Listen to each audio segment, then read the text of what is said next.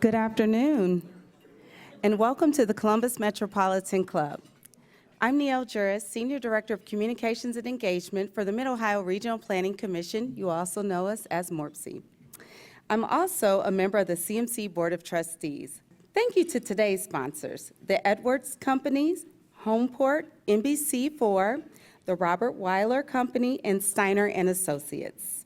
Today's live stream is presented by the Emergency Response Fund of the Columbus Foundation in partnership with the Columbus Dispatch. Let's thank all of those supporting today's forum.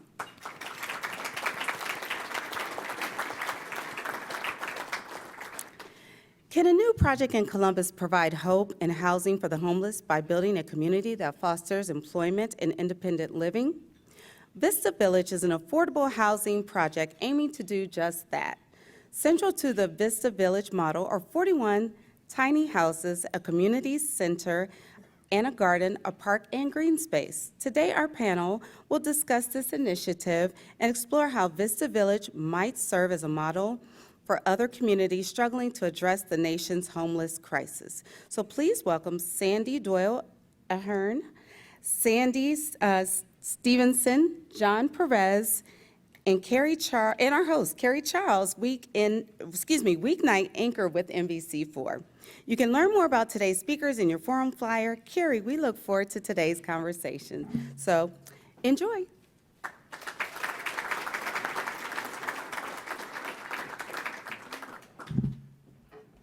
Good afternoon, everybody. Good afternoon.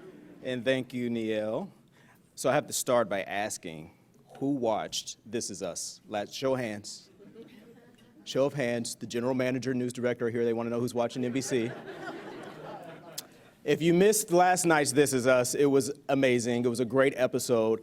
And, you just go back and start from season 1. We have one more, there's a reason I'm talking about This Is Us, by the way. But there's one more episode, so we hope you will join us for the grand finale next week on NBC4. It is next week, right? Next week. Colleen would not appreciate that. The reason I thought about This Is Us because there's a character, Uncle Nicky, who was in Vietnam, and then after the war, he went off into a wooded area and kind of just hid in this mobile home. And he was away from the world. And as I was watching last night to see how much progress he made in his personal life, I was thinking, oh my gosh, that's perfect. A perfect way to lead into today's discussion as we think about oftentimes veterans who find themselves in situations where they need homes and they need resources and they need the community to back them. So here we are today talking about Vista Village. And so I'm thinking about Uncle Nicky the entire way. So if I mention Uncle Nicky again, I don't have an Uncle Nicky. It's just on This Is Us. I want to start with John. I was asking you just a few moments ago, we were talking about you can look at me right now, John, then you can turn. We got directions from Doug just a moment ago who said, make sure to focus on the audience. I was talking to you about the excitement of this venture, this adventure. This is a life-changing effort and it's gonna make a difference in the community. Talk about how this came about. First of all, it's great to be here. I mean, I never thought in 2019 that we would be sitting talking about Vista Village to the community leaders in Columbus. Vista Village is really a calling for me. Back in December 2018, our firm got a lawsuit, and it involved having the city asking our client to remove a homeless camp that was on their property. And to be honest, I didn't think much about it. I went about my business, gave the lawsuit to one of my lawyers and said, keep me informed. And then January came, and my wife and I, my wife's right there, sitting right in white, the beautiful woman there. And my wife and I went to Florida for 6 weeks, but I work in Florida. So the third week in January 2019, I had to come back for business. And Joan says, hey, remember to turn the thermostat up because it's cold in the house. And I said, sure, no problem. So I got to Columbus that night, on Monday night, and it was cold. It was in the teens. I do remember that, and it was dark. I took over to the house, and the first thing I did, as a good husband does, is turn the thermostat up, right? So I did, and then I went to bed. Tuesday morning, I got up, and the first thing I did was get up in the morning and go to check the thermostat. And I'm not a thermostat checker. I kid people, I said, that's not within my domain in the house, that's within my wife's domain. And so I went to check the thermostat, and the first thought that came to my mind was, it's nice and warm in here. And then the second thought was, what about the homeless? And that question hit me like a 2x4, and I began to research, went to the office and I talked to the individuals that was handling my lawsuit. I said, what's going on here? Come to find out, the residents that were now living on our client's property had once lived on another company's property. The city had sued them, they had bulldozed their property, and now they were doing the same thing to the new residents on the new property. So I began to research, what have we done in Columbus about homelessness, and is there a way to really help the homeless population in an environment? And that's how the journey started, 2019. Along the way, a lot of individuals came together and helped support the cause. And even now, they continue to help bring the vision to reality. I'd like to jump in to what John said, because I think it's important for people here to hear what he said about camp removal. Many camps in Columbus have been removed, and they continue to be removed. And every time a camp is removed, generally the land is bulldozed, and sometimes people's only belongings are still on that land. And effectively what happens is that we are taking away what people consider to be their homes when that occurs, and we are taking away many times their own neighborhoods and established camps. And coming out of the mental health field, I want to say to all of you, the impact on people's mental health when that occurs is extremely significant.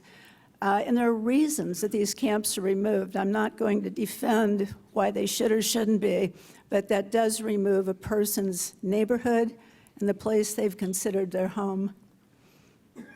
Could you talk more about that, though? Some of the effects, the mental health, the trauma that folks carry with them as a result of such a change? Well, it's traumatic, one, the first time you found yourself homeless. If you're evicted, it's traumatic. If you find yourself homeless, it's traumatic. Those are mental health issues. People lose dignity. When people have no place to live and they choose to live on the land, that seems to be their only option. And then they go through the worrying constantly about camp removal, or they don't perhaps want to be in the camp they're in, they want to be in a different camp. There's all kinds of issues that goes on in the encampment community. You're disenfranchised. As a human being, you have lost value, and you begin to see yourself as a person who does not carry value and dignity. And I think if we all consider ourselves and the value we put on human dignity, our own dignity, and the value we put on knowing we're a person of value, you really have to understand what happens when those things get stripped away from people. I think we're going to revisit mental health and the resources throughout this afternoon. Sandy, your involvement in this project? Yeah, so thanks for having me today. My involvement probably comes from a different angle to get to this particular project. So I've been involved in working with homeless situations for a long time, probably about 15 years or more. And one of the things that's really important to understand about our community is we actually have an incredibly robust, well-meaning nonprofit, government, and private business sector that want to try to solve this problem. But what's happening is we have tremendous market pressures, and this is prior to this year. This has been going on actually for a long time, that are affecting housing affordability across the landscape. And so what's happened with our homeless situation is that we tend to think about this as populations of people. We think about homelessness with families. We think about it with individual men, with individual women. This project is specific to veterans. So there's a lot to talk about here, but with this particular project, it just speaks to me because anything that we can do to try to move the needle for establishing some sense of stability for people is deeply important. And we have to understand in this community that while we have incredibly wonderful things going on, we also have to work a lot harder to create pathways for opportunity for people. The only other thing I want to say, because I think it's an important establishment point about homelessness, if you've ever been around families or people who find themselves in that situation, it's important to realize where they've come from and how they got there. Most people do not come into homelessness because they're vagrant or begging on the street corner. That is absolutely a misnomer, and it's just simply not the truth. Most people find themselves in difficult circumstances. Often they're employed. Often they're just not able to make ends meet. We see incredible racism in homelessness, and we have to confront that. So I just want to put that out there because we have to create pathways not only for housing, but for employment, mental health, and all the things that come with creating a stable life for people. So I've been doing this for a long time, and this is just an exciting project that John got off the ground, and I'm really proud to be part of it. How have you seen things change within the last 2 years, especially as we talk about the weight of the pandemic? Yeah, that's a great question. So the pandemic, really what it did was just accentuate what was already happening. So we have a situation where we have neighborhood destabilization, we have great economic opportunity, but not necessarily connectivity to that opportunity. And so as we moved through an incredibly difficult time that we've all had our own challenges with, what we're seeing is the outcome of the lack of access to particularly electronic systems. So if you're, as we all know, if you're in school or you're at work and you can't access your job or your school, we're seeing a widened gap on that front. And that leads to other widened gaps. We have tremendous food insecurity right now, and the housing market being what it is, has really put a point on this issue that is deeper and bigger than anything we knew before the pandemic. And I'm telling you, it affects every single one of us in this room. So as we talk about housing, we really shouldn't be talking about affordable housing, because that's a misnomer. What's affordable to me may not be affordable to someone else. We have to talk about housing in general, and that gap has widened even more significantly. On the flip side, we've had tremendous opportunity. So what's happening in the Columbus region right now is so incredible, and we have got to work really hard to create those synergies between the problems and the opportunities. So what's been the reception from the community, from leaders, as you all talked about this project, John? You said you wanted to do it. You started to plant seeds. Oftentimes when initiatives arise dealing with helping people who are homeless on a larger scale, you know, it's frowned upon in many ways. I mean, that's just the truth. Yeah, I think when we first started, of course, you start with a concept, you start with a plan, and then you begin to put some real substance around it. And as we moved along, we began to form a concrete plan. We researched what was happening in other communities with respect to housing while they were addressing it. Columbus was doing what a lot of communities are doing in the same spectrum. And then we also looked at innovation. What are other cities doing with respect to housing when it comes to communities? And what we really fell upon was the dignity that a tiny home provides, and the fact that we were trying to move people forward from homelessness to employment and hopefully home ownership, which is really what all of us want in life eventually, you know, from the opportunity we have before us. So I think we spent 2019 planning, 2020 came along, and we started continuing to plan some more. The first thing we did with our plan was we started, after we formulated it in March 2020, we began to meet with the individuals who were serving the homeless community, and we vetted what we were doing, our concept, our thoughts, what we designed, we vetted it with them. They gave us some information, they gave us feedback, and we reformulated what we were doing. So by the time we went to the business community, we already had a concrete plan of what we wanted to do, where we wanted to go, the vision of what the village was going to look like, and how individuals were going to be coming in and transformed and eventually graduating from the village. When we went, and then we also then went to government, and the government was very receptive because we had the support of business behind us. When we started, our estimated budget is $6 million.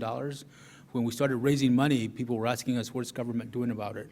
So of course, the homelessness is not just a government problem, it's a community problem, as Sandy says, but it's also a business community problem as well, not just an individual problem. So we began to get support from the business community, and then they asked the questions, and we said, well, we'll make it a public-private partnership. So we went to government, and we're asking government, state, local, and federal, and county to come up with $2 million out of our $6 million budget. And they've been very receptive, the commissioners, the council members, the legislatures considering our requests to them.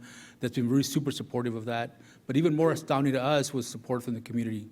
We live in a very philanthropic community that really cares about Columbus and cares about the people in Columbus. And they've been super, super supportive. I mean, on $4 million, we already have We have 27 houses already sponsored of the 41, and we need 14 more. So it's been phenomenal support from the private sector and the business community. Now we're hoping that government likewise steps up and helps us with the project. Because we're trying to create a model that can be replicated. It's not just a single one little village. We're trying to be very deliberate so that we can create a model that other cities in other parts of Columbus can also implement. John, can I want to add one quick point, and without dragging everybody into the details. One of the things that made it difficult to get it off the ground, though, was a particular policy issue. So if you have ever tried to do any kind of development in this region, you know it's difficult. It is not an easy thing to do. You might think it is, but it actually is not.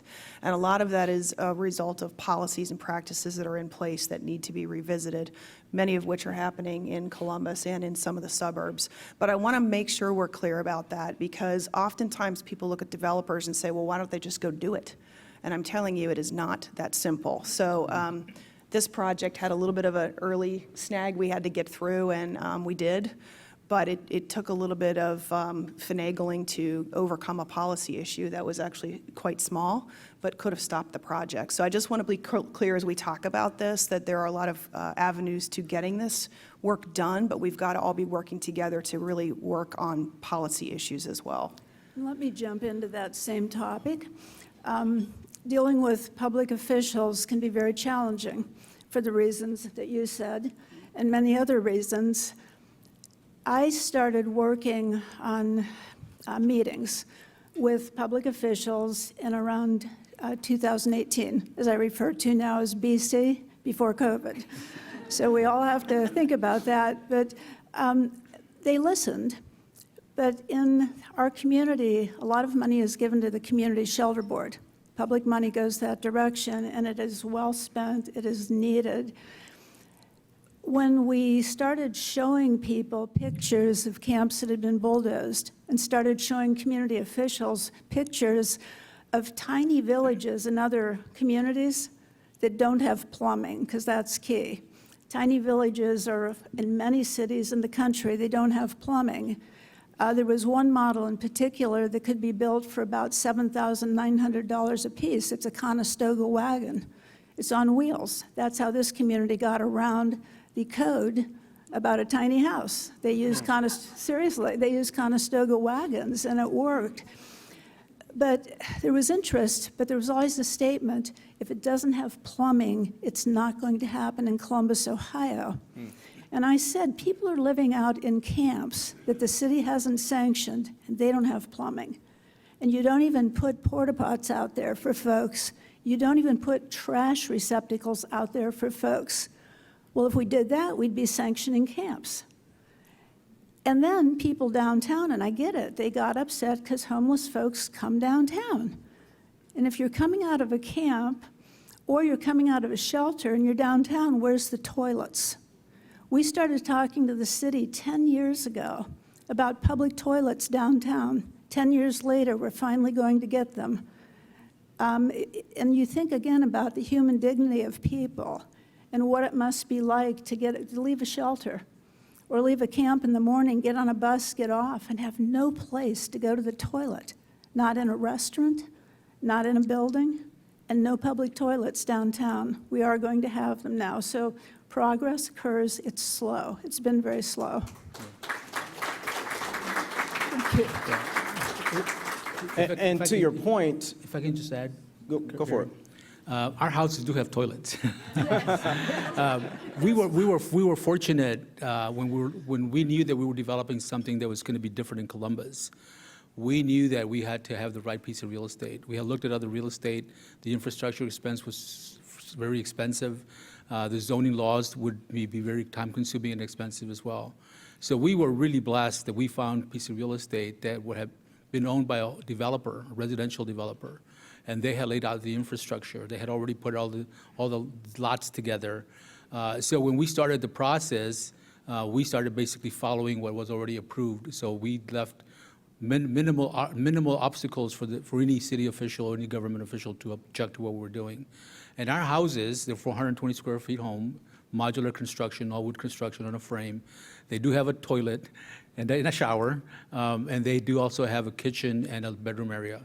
Because in our mind, if we're going to move people forward, they have to learn how to live on their own. They learn how to cook their own meals, how to wash their own clothes, how to clean their rooms, how to make a bed, all the basics that many of us take for granted. We want to train our residents to do that.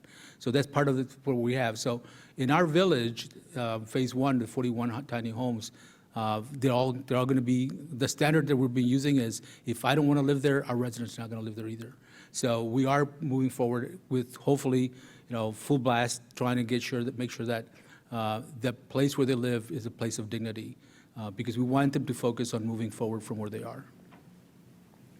Sandy, I was going to touch on, and you leaned into this, but this is a quality of life issue that we need to keep in mind as we make these changes to help folks in our community.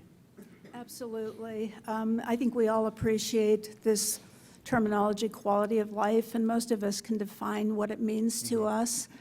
And it means many things. It's health. It's the ability to have an income and to be able to have options about things we want in life. It's the ability to have friends. It's the ability to even invite somebody over for dinner or be invited over to someone else's house for dinner. And I believe truly that's what Vista Village is going to deliver to folks that haven't had this experience of quality, real quality in their lives for years and years and years, and maybe not even thought about how to define it. So that will be an opportunity for people. It will be redefined in their lives, and we're just very excited that this is happening in Columbus, Ohio.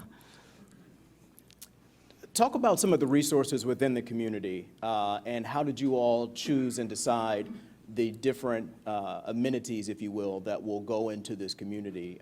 We have a community garden, green space, the community center. Yes, what we wanted to create was a real community, not just houses. And part of living in a community is what, if you go to most neighborhoods, at least outside, into the better areas, you're going to have a park, you're going to have green space, you can have a nice walk path. So we wanted to do the same thing in Columbus. We were very blessed again because the land that we bought already had a park designated. So we said that's the park that's already been designated, 2-acre park, that'll be a park. And I should say that one of the things that helped us is not a John Perez effort, it's a community effort. One of our first persons to be involved was Yarmer Steiner. And Yarmer took it upon himself to be a co-developer with us. And he brought Sandy along, he brought other individuals along. So we're really putting a nice touch on the product. So the park was there. We wanted a place where individuals could have a park and actually relax, just like most of us do. We wanted a shelter so that we could have cookouts. We wanted a community center, which is the heart of the operation, because the community center is where the services are going to be provided and community is going to be formed. We didn't want our residents to get on a bus and travel 3 or 4 hours to go to a counseling session. We wanted our residents to go to a counseling session on site and then spend the rest of the time really focusing on how do they improve life for themselves. Do you have a GED? No. Well, let's help you get a GED in the community center. Do you need job training? Let's help you get a job training and partner with other members of the community. So everything became very organic in that we were constructing a community of individuals. We also, the design is a gated community. That means we have individuals, our residents can come and go, individuals coming in who have to sign in. And the reason that was important to us to have a gated community was to provide for the safety of our residents, that have been traumatized. We wanted them to live in a safe environment. But the other thing that we wanted to do was bring volunteers in. Volunteers are going to be the heart of the operation as well. So by having a gated community, we have a safe environment for volunteers to come in and be with our residents, whether it be the community center or as Sandy just said, if they want to come in and live and have coffee with one of the residents or more of the residents, they're able to share either in the community center or in their home. So we really wanted that, like I said, the standard of if you don't want to live in it, we don't want our residents to live in there either. But they wanted to have same opportunities that we have to be able to have others come and visit and form relationship with us. We really feel that if we're going to change the way people think about the homeless, they're going to have to come in and get to know them. And the stories behind them, as already mentioned, is a lot broader than just people not having a place to live. Something happened to them, they were impacted, and they find themselves in this unfortunate situation. We have to know them as people that they are, and they have to know us as well, that we as community members do care about them, we want to be involved with them, and we really want them to have success. What about the other communities? I know Kansas City was one of the communities where you did some focus on. What didn't work in Kansas City, or that you didn't want to include in this project? Well, in Kansas City, it's called the Veterans Project. Among the villages we visited was Kansas City. What we liked about them was that they actually are transitional housing, and they actually want to move people forward. Their success rate is 85%, so that's going to be our benchmark of individuals that come into the village. 85% of them ultimately leave within 18 to 24 months and find employment. So we set our benchmark as being that number. The thing about the Veterans Project, by its name, it's for veterans only. So we thought we wanted to have a more diverse community at Vista Village. So we're looking for individuals from different population groups, veterans included, but those individuals returning to society from incarceration, they need help, or they end up getting in trouble, individuals who are working in a recovery program from some type of addiction, kids aging out of foster care to the extent that we can help them, and then individuals, which was our primary touch point, living in the camps who want to move out. I mean, I was really touched when I went to visit the camps, and if you've never gone to a camp, it's quite an experience. We went to one of the camps, and we were talking to a gentleman there who lived with an older woman part of the camp and a younger man. And during the conversation, he says, "Hey, I got to go now. I got to go to work." And I said, "You have to go to work?" And he says, "Yeah, I got to go to work." And he pointed to which he was going. That's the kind of people that you really want to help. I mean, that person is motivated to move forward. They need a helping hand. And Vista Village is going to be a place that we give people the helping hand that they need to succeed. There is an amazing effort in Austin, Texas, that you ought to look at. I believe it's called Fishes and Loaves, or Loaves and Fishes, but it started out as tiny village without plumbing, but a large commissary with showers and toilets, which is how most of them were developed. And phase one was so successful. The community around it really didn't want it initially. There was fear about what might happen with those people moving into our community. It was so successful that they were able to move on to phase two, phase three, phase four, and they have more planned. And actually, crime does not take place in the surrounding areas. The gentleman that I had the opportunity to talk to who manages there said, if there's any crime, it's people in the neighborhood coming into the tiny village sometimes. But it's just been an amazing effort of people coming together, and it really has made a significant difference in the number of people that are in camps and on the streets in Austin as homeless. Sandy, you talked about challenges that this effort faced on the legislative side with policy. What are some of the other challenges you all encountered bringing this to life? Well, I think I'm going to talk globally in answering that question about kind of addressing housing in general. There's the number one problem with getting housing done is the NIMBY syndrome, the not in my backyard. We all know it, we live it. And we have to be willing to be more open to addressing opportunity for all kinds of people, which means building housing of all types in all parts of our region, not just Columbus, but suburbs and so forth. So challenges, something John said early on, I guess I want to backdrop to, because it's really critical, and I want to make sure this point wasn't overlooked. He made the comment about the fact that this particular piece of land was already ready to develop. That is huge. The fact that it was already zoned, it was prepared to be a development previously, it didn't go forward, but it was set up for this.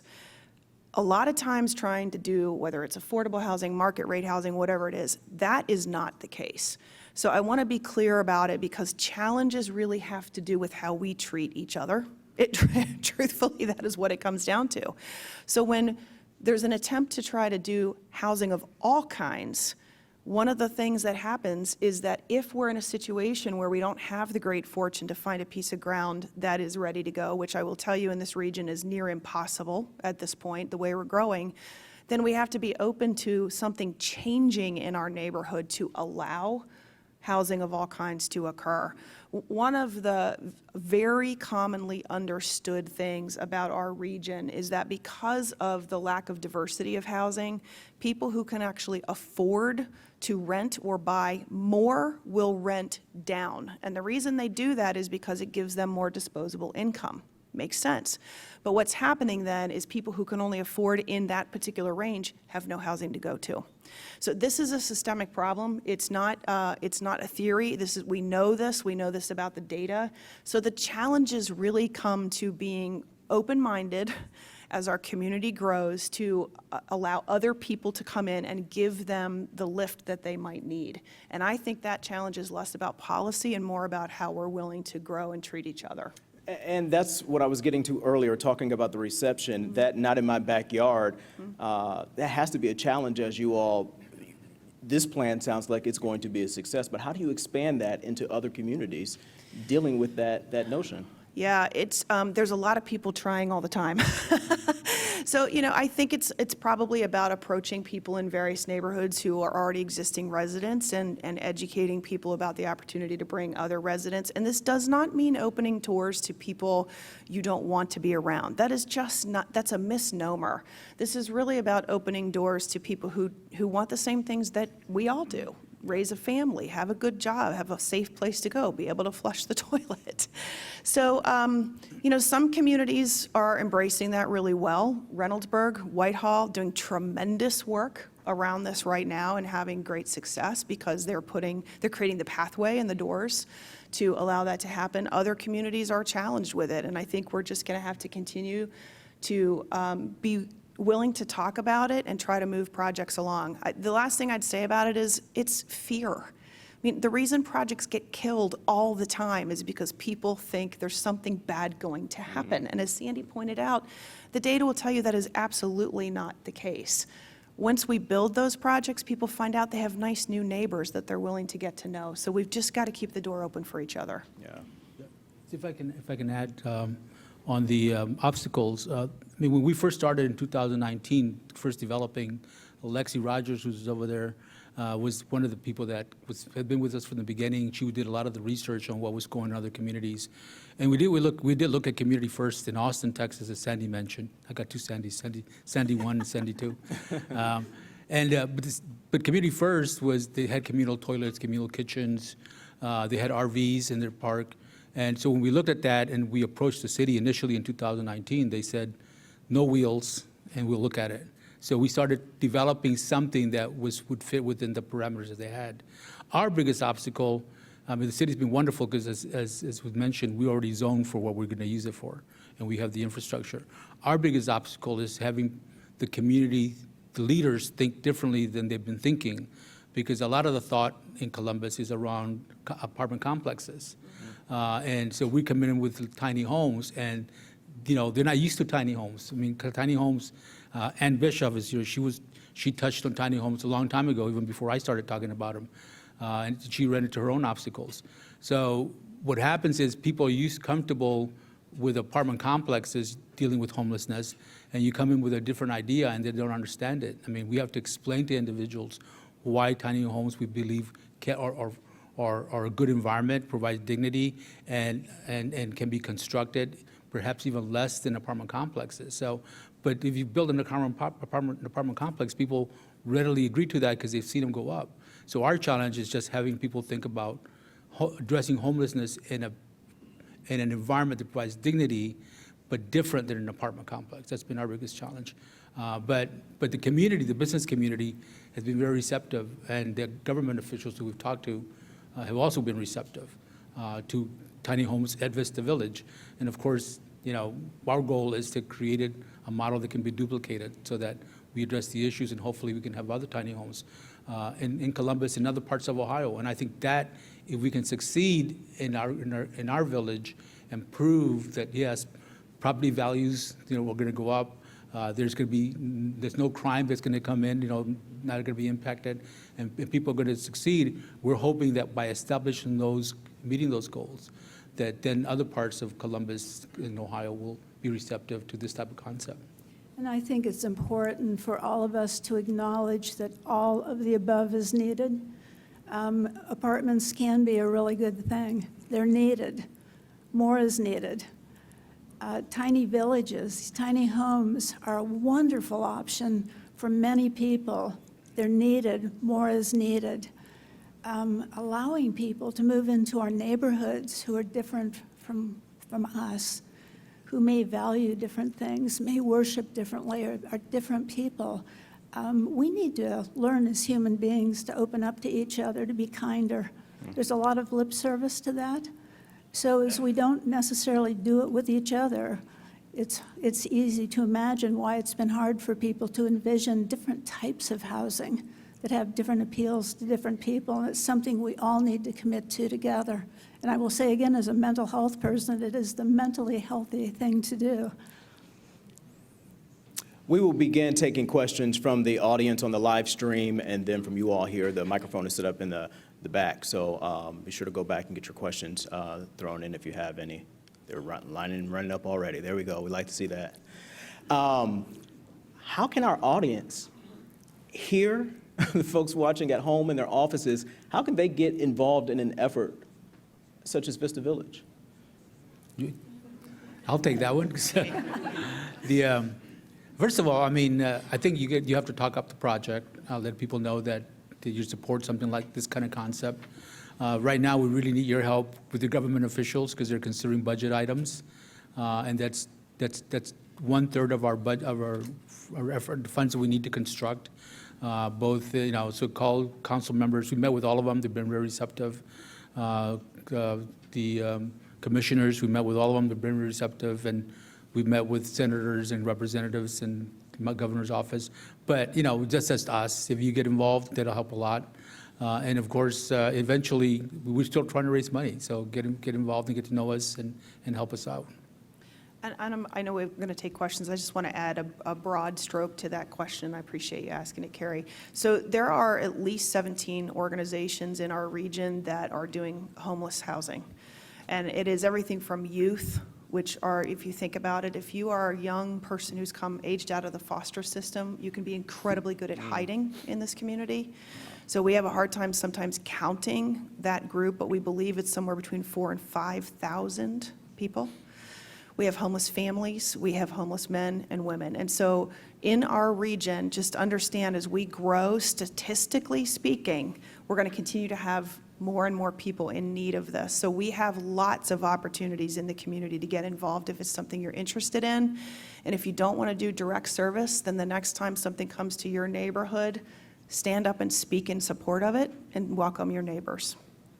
And I would also say to that, when you encounter a person who's homeless on the streets, downtown, wherever you are, maintain eye contact. Yeah. Don't drop your eyes. Don't walk around them like they aren't a human being. Say hello. You'll be surprised at who our fellow citizens are who live in this community with us. I think what's important, what you just said, is a person who is homeless. We always say a homeless person. Yes. A person who's homeless. We're people first.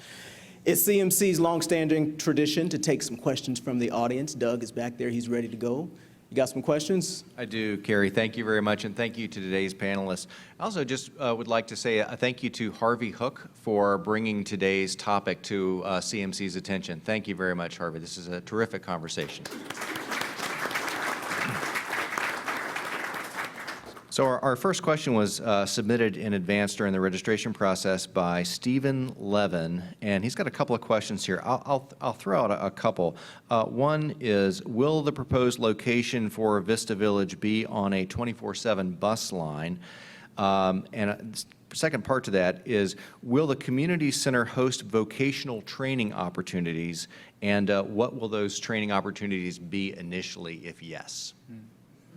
The answer to the first question is yes. I mean, there is a bus line. I don't know if it's 24/7, but we are off Refugee Road. There are two bus stops right next to the village. one at the west side and one on the east side. They go east and then 2 more on the other west side. So there are bus routes. One of the things that we learned walking homeless camps and looking for property was that you needed a bus route for our residents to be able to move around. The next question, the community center vocational training or employment training, yes, we have community partners that we're partnering with that'll help us take advantage of vocational training. We're also fortunate in that the property is located like half a mile from First Church of God, and they have vocational training on site. They're opening their doors to our residents as well, so that they can come and train. And usually theirs is like the trades or crafts, which is what we're looking for. We're looking to have our residents train in positions that are going to give them a livable wage, not just any job. So, and then we have other support, financial supporters that are saying to us, we will come pick them up, take them to our training facility. For example, one of our supporters is a gentleman, Bruce Daniels. He owns the automotive distributorships and has a facility on Morris Road. And he says, I'll pick up the residents interested in learning about automotive, whether body shop or mechanics. I'll pick them up at the village, and we'll take them and pay them to be trained, and then we'll take them back. And then when they graduate from the village, we'll look to hire them as well. So we're doing those kind of partnerships as well. We'll take a question from the audience. Just a reminder, please keep your questions brief and to the point. Well, thank you. My dad used to say that a skilled craftsman is like having a Rhodes Scholar and an athletic scholar all rolled up into one. And he was a leader of a corporation, not a boss. In other words, he considered everybody that worked for him to have one brain, 2 eyes, and 2 ears, and he tried to inspire them to work together as a unit. And I saw that profit many people, many times, but I asked him why he invested so much into veterans and people in the community, and he said, because, son, everything that we invest in the community comes back to us. Now we have people that think, well, there's only so much brick, and I got to have it all, you know. If our country is only as strong as the weakest brick on the wall, you can't pile your gold up on top and expect it to stand forever. This is a subject that after I retired, I traveled Europe and countries and studied their architectural design and discovered that we use 7 times more energy heating and cooling than Germany and some of the other countries do when they're building their houses. So when I remodeled my first house, I added half the square footage onto it, cut the heating and cooling costs for the whole house in half. So it goes to show it can be done. But I used to work in engineering traffic standards, and my dad and my grandfather worked together during the 50s to put 24 feet of UV light in a return air duct, which is one of those in the heating supply, to filter the air from viruses that they were contending with back then.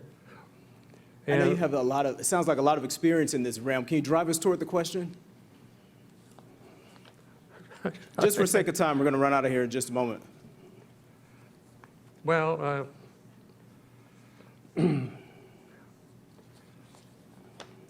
I wish I could partner with some of you guys, because I think you're right in the field I'm interested in. Well, I tell you what we'll do. I think we'll be sticking around just for a bit. A few of us will be hanging around. That way we can exchange cards and talk and have some discussion about what we can do and partner. So appreciate that. Thank you so much. Hi, my name's Charlie Bauer. My question is, when does it open, and what does short-term and longer-term success look like? Thanks. Well, right now what we're doing is finalizing our plans to submit to the city. It'll be a second round of plans. This is a full-blown application, and we feel confident that since we're developing in accordance with the already existing plans, it'll be minimal comments. We're being pretty aggressive on this. My wife says I'm impatient. I probably am. So we're pushing to develop the community center and at least 1 or 2 houses by the fall, because the community center, we need that because it'll be the heart of the operation. Once we do that, then we'll use the houses to further fundraise what we need for the village. And then the plan is to, in the spring, begin to put houses 6 or 10 at a time, get it all constructed, and then we'll begin to bring residents in phases, 6 to 10 residents. They'll be in there for 4 to 6 weeks, so they can get acclimated to the rules that the village is going to have, the expectations that exist.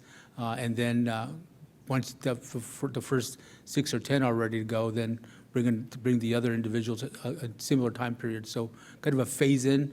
My goal is that we want to avoid at least 41 individuals being out in the cold in the wintertime in 2023. So that's kind of our goal. Thank you. Steve Swift asks, what's the average annual cost projected towards supporting a tenant in Vista Village? And how does that compare to supporting someone on the land for a year?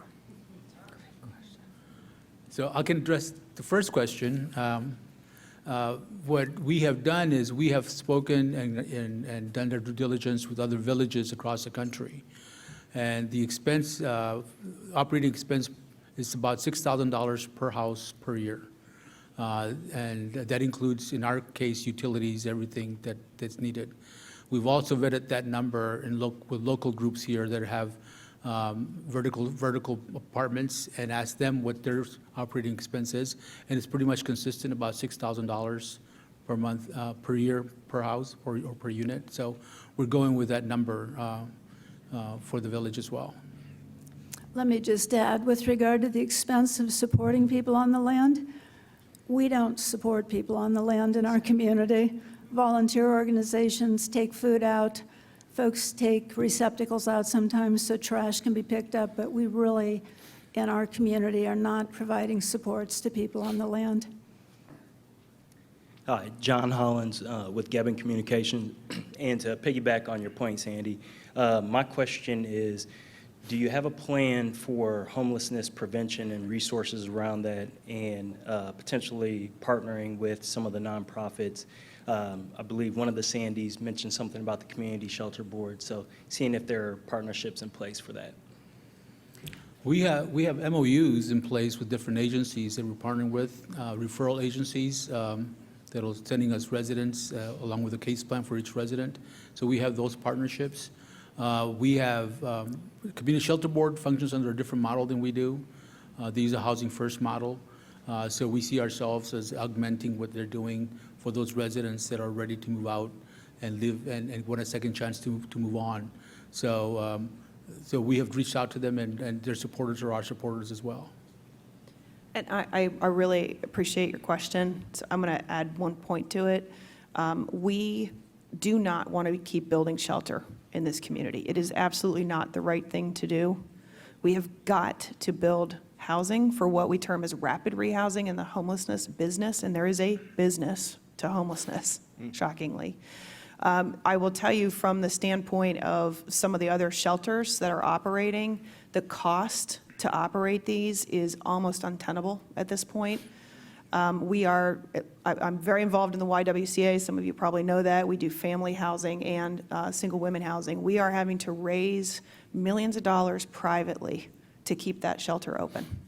So we cannot keep doing that. We have got, to your point about partnering, going back to housing, we've got to build the housing for people to live, not the shelter system.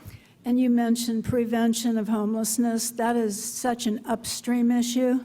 We're all downstream providing services right now to prevent homelessness. We need to go so far upstream to look at the issues already mentioned: poverty, racism, education, lack of opportunity for people, and the ability for us, again, to look at each other as fellow human beings and to assist. Columbus has really increased its evictions again. It dropped significantly during the pandemic because of law, but evictions are back. They're alive, they're well, they're happening in Columbus, Ohio. Evictions are downstream. They lead to more homelessness. Thank you. I think we have time for two more questions. I'll start with one from the live stream audience. Key Barnes asks, will the Vista Village support personnel be full-time paid staff? There needs to be a commitment that will support this, and it needs to be available long-term, but will there be full-time paid staff at Vista Village? The answer to that is yes. We plan to have full staff. Questions have been asked, for example, like, do you plan to have 24/7 security? And the answer is no. The villages that we have visited do not have 24/7 security. They basically implement guidelines and expect the residents to rise up to that level, which I think that I'm of that belief that if you tell people this is the expectation of conduct, they will rise to that level. But we do have to we will have paid staff. We also want to leverage volunteers. I mean, when I started the project and thinking about it, I thought it would be great if somebody wrote me a check for $6 million. But then I realized that that would not accomplish the goal of having community involvement. It's having people like Bob and Weiler and his family that are involved that bring other resources to us. So we're raising it, Bob said, the hard way, but it's the better way to do it than just writing a check, in our opinion. Hi, my name is Leah Boyd. My original question you kind of hit on about those centers being a large sum of money to keep up and things like that. I'm working with an organization who is currently trying to build almost a system of a halfway place to house those homeless people in the midst of providing those housings. But in that process, we're realizing that once you tell someone what you're trying to do with the property that you're looking at, the price value somehow exceeds. And as you guys mentioned, you guys face some difficulties in those situations with politicians or just property owners and things like that. What are some strategies you guys were able to accomplish to get that village up and going? What we've been doing is coming up with the concept itself and showing what the final product's going to look like, and then sharing that with individuals who have asked questions. We're waiting to have a meeting with the full-blown community until the city approves our plans, because we don't want to waffle on what's going on. But individuals have come to us and asked us questions about what are you doing, and neighbors, and we've advised them and we showed them what we're doing. And in fact, if you want to go online after the presentation, we have a video that and PowerPoint, you can look at the product itself. So once we tell them what we're doing, the support services, the fact that we're not just anybody's going to come in there, that it's going to be a safe community, they're very receptive. I mean, we're laying the groundwork for success with them, talking to them in advance, and letting them know that we want to be partners with them and want to improve the value of their property as well, based on what we have found in other villages. Yeah, and it's a great question. So I would add to that, the nonprofit community cannot solve this problem. We cannot put this on the backs of the nonprofits. The nonprofit organizations are deeply important to having the mission and the heart to do the work, but my suggestion to you is get the private businesses involved. The business owners, leaders, I don't care who they are, they need employees, especially right now. They need to care about the character of the communities that they're working in.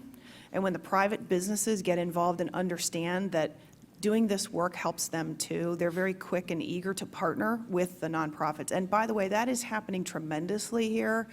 It's a whole other topic for CMC we could talk about how to do this. But it's really, really important, because just telling the story doesn't resonate with everybody. You have to show them the link from the economic side on why it matters. Awesome question there. We're going to recruit you for the news department. She works upstairs with all the muckety-mucks at the station. I do want to take 30 seconds, one, to thank you all for your questions, awesome questions. I also want to give a shout out. Typically, I wouldn't do this because we don't have this happen all that often. But first, our team over here from NBC4, so hello to everyone. And she's looking like, are you about to do this to me? I am. Cynthia, stand up.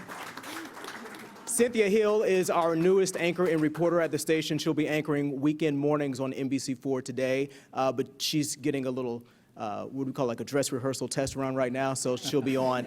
She's on, you were on today, tomorrow and Friday? Tomorrow, Friday, maybe. Okay. So you can check her out, welcome her. She is from Columbus, and so we're glad to have you here. We got a lot of Columbus folks in the station, so welcome back.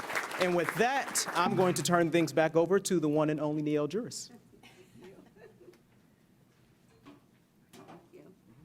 I'm going to have Kerry do all my introductions.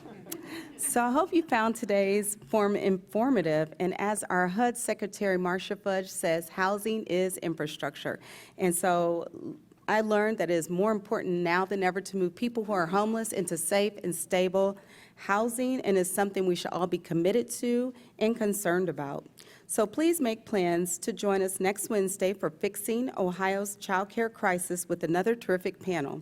Thank you to today's sponsors, the Edwards Companies, Homeport, NBC4, the Robert Weiler Company, and Steiner & Associates. Thank you to our online virtual seat patrons and to the Emergency Response Fund of the Columbus Foundation for presenting our live stream in partnership with the Columbus Dispatch and NBC4i. And our special appreciation for today's speakers, Sandy Doyle-Ahern, Sandy Stephenson, John Perez, and our host, Kerry Charles. Thank you all for joining us. We cannot do this without you. We look forward to seeing you next Wednesday as the CMC presents another community conversation. Enjoy your day.